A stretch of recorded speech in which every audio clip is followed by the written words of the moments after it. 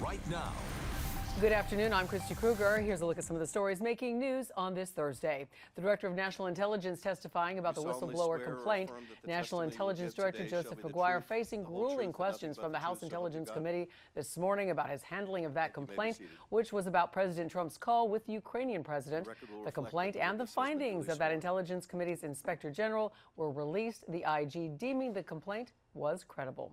The teenager whose rough arrest made national headlines took the stand on Wednesday, testifying in a trial against a deputy accused of falsifying records in that case.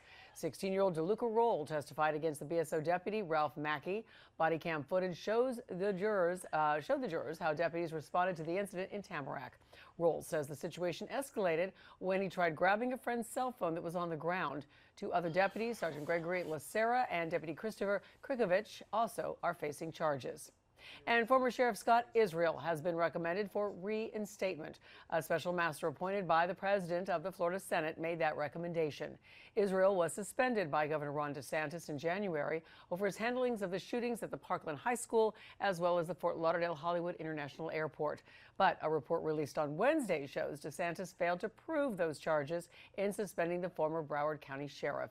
The special master will present his report to the Senate Rules Committee next month, and that will include public testimony, questions by senators, and comments from attorneys on both sides.